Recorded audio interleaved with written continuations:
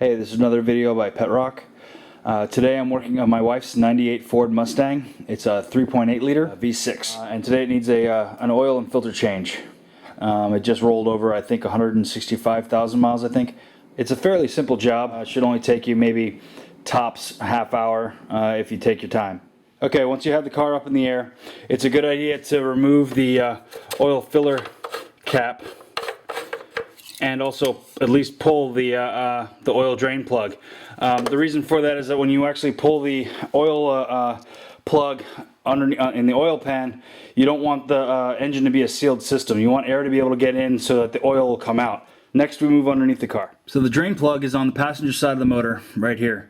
I've already cracked it so that I can do the rest of this with one hand because my tripod is too big.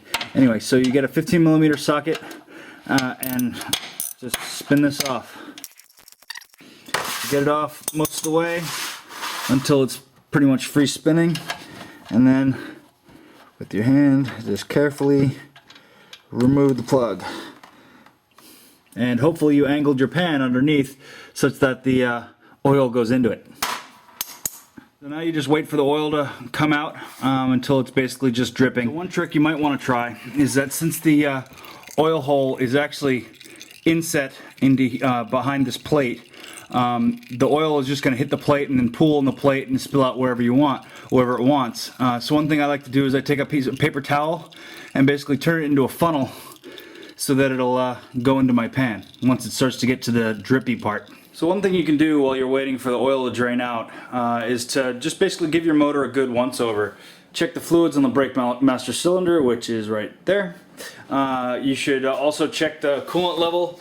You should also check the condition of your serpentine belt. Make sure it's not cracked or anything like that. Check the fluid on the power steering fluid and things like that. Just give your motor a good once over. So it's also a good idea to, while you have the motor or the car up in the air, is to wiggle your tires, make sure the tie rods are good, the bearings are good, things like that. If you have greasable ball joints, this would be the time to do it. If you have greasable sway bar bushings like I do, this would be the time to do it. Things like that. Just give your car a good once over. Okay, so now I'm down to just little drips. So just wipe off any surrounding area and insert the drain plug by hand, making sure not to cross thread it because this oil pan is just aluminum, so you can easily cross thread. Once you've got it in by hand, just loosely, you can start tightening it down with a wrench. You just want to snug it down. You don't need to kill it. So that's about it. So then next we're going to move to the oil filter. Okay, the oil filter is located on the driver's side of the motor, front driver's side of the motor. Right here is the harmonic balancer. So it's very easy to get to. There's nothing really underneath it. When you do drop it, there isn't going to be much oil getting all over the place, just underneath directly. So you attach a oil filter wrench and just crack it. Once you've got it cracked, then you can spin it by hand, and you slowly spin it until it starts to drip, getting your pan underneath it. You keep spinning it until it stops dripping so you don't make as much of a mess. Sometimes it'll strip down the side of the filter as well. In this case I got lucky and it did not. So you just keep spinning it off by hand, and that's it. A little bit of oil will come out, and there obviously will be oil in the filter as well. So you want to be wary of that. So now you just wait for the oil to drip out of the filter housing. Okay, so it's pretty much dripped itself out. So you just take a rag or a paper towel and wipe off the surface.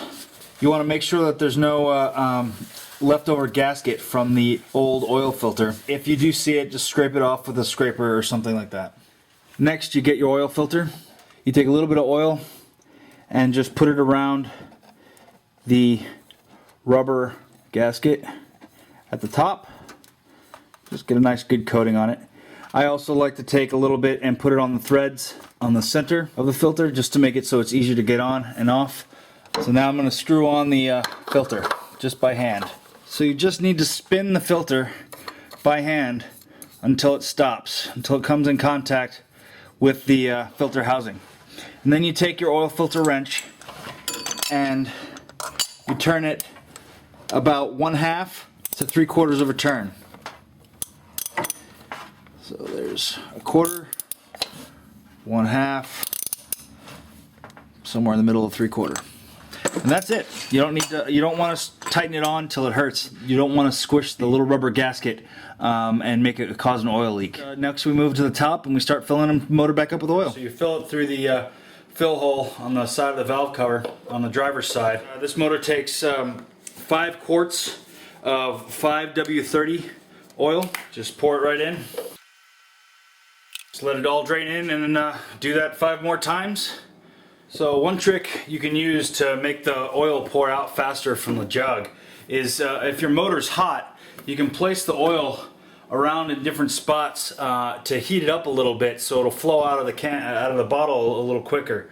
If the motor's cold, like it is in this case, set your oven to like maybe 100 degrees, and then put them in the oven for like 5 minutes, not even, and then they'll be nice and warm, and they'll pour out into the motor a lot quicker, and you'll get done a lot faster. For example, I use synthetic oil, and so it can get a little bit pricey. You try to get as much of the oil out of the bottle as you can. You don't want to leave any inside. So the more you can get out of it on the initial pour, the better. Okay, once you got all 5 quarts in, don't forget to put your filler hole cap back on. Let it click a couple times, and push the oil dipstick back all the way into its hole. Okay, so now you just start the car. Let it idle for a little while, for 5 or so minutes, and then you check for leaks in the areas that you touch. So you check to make sure that the oil filter is not leaking, and you check to make sure that the drain plug is not leaking, and you're pretty much good to go. Clean up any spills or any drips in areas that you may have gotten oil on, and you're good to go. So hopefully this video was helpful to you. Hopefully you learned a little bit. If you liked what you saw, click the like button. If you have any questions, comments, or concerns, leave them in the comments section below. If you want to see more videos like this one on this car and my other vehicles, click the subscribe button. Thanks a lot.